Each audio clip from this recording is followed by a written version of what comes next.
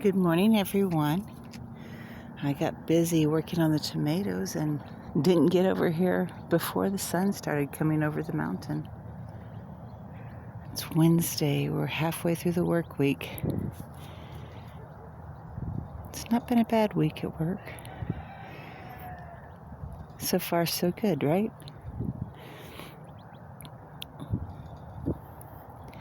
Hope everybody else's Wednesday has been going, or everybody's week has been going well.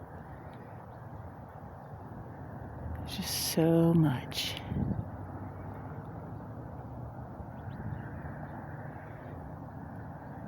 That sunrise is so beautiful.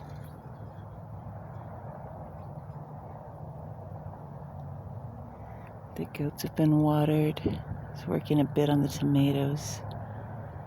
Pulled a handful of the tidy treats for Micah and me to munch on for our breakfast this morning.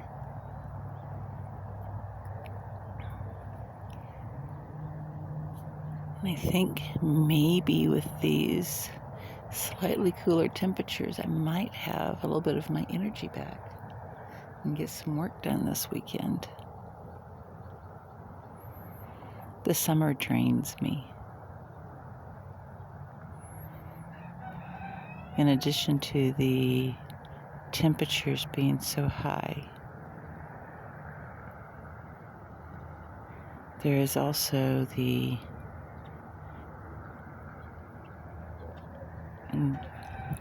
Maxine's angelversary and her birthday, and right between the two is Micah's birthday for me to prepare for. So while I'm dealing with all of my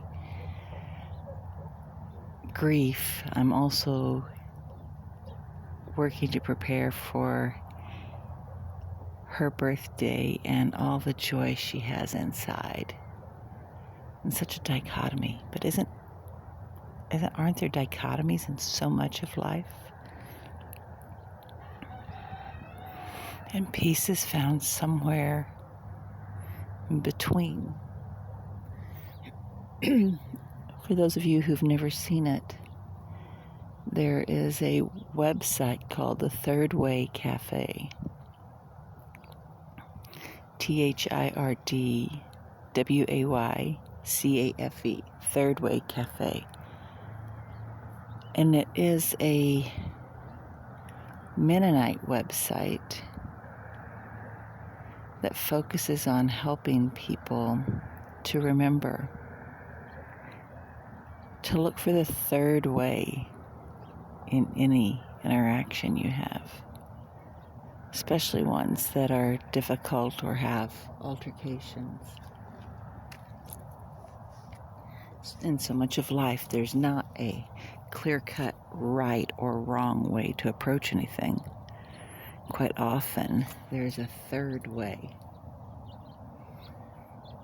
One of the stories that I read on the Third Way Cafe years and years ago is about a gentleman who went from the U.S., was visiting Germany or Switzerland, one of those countries where there's much more public transit than there is here in the States.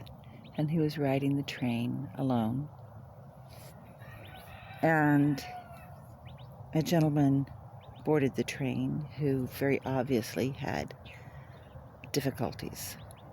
And I don't remember if they were mental health difficulties, physical difficulties, maybe a combination, which is so often the case. But that gentleman was alone. And a group of thugs started harassing the man with challenges.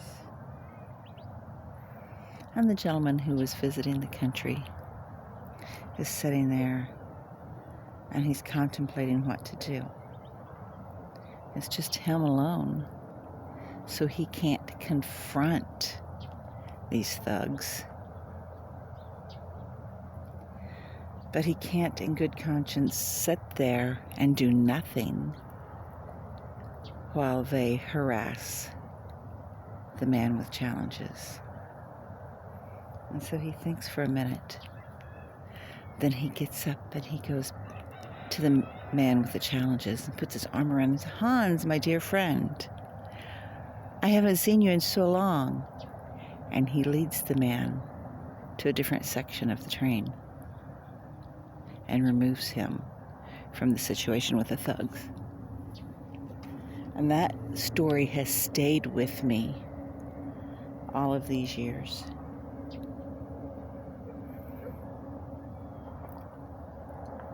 Largely because I wish there had been someone to take that approach with me as I faced challenges when I was growing up. Growing up with an old school Southern grandmother and a very protective grandfather. My grandmother knew about a lot of the challenges that I was dealing with. But she told me not to say anything to my grandfather, to protect us all from the consequences of his reaction, because she was afraid of what he would do in his efforts to protect me. So it was drilled into my head to remain silent when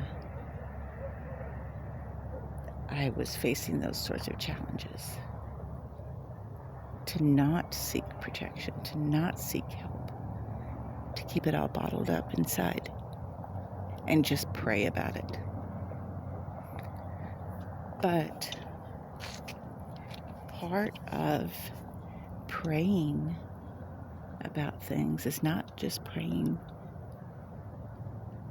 to be released from a situation, but part of it is asking for God's guidance in how to best remove ourselves or to best deal with the particular challenging situation. And that is something that here, all these years later, I'm still struggling with and working to learn, because I still have that deeply ingrained in me to keep silent. Don't say anything. Just deal with the situation as best I can. And that's not healthy. So I'm learning to reach out and look for assistance and to find ways out of the situation. If any of you who see this are dealing with difficult life situations, remember, pray for God to show you how to deal with the situation, and then reach out where God shows you. Don't just keep suffering in silence.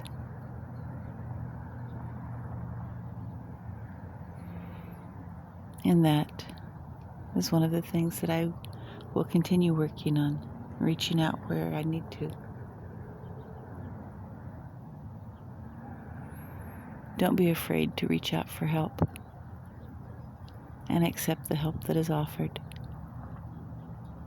Be well, my beautiful friends. Have a wonderful and blessed day.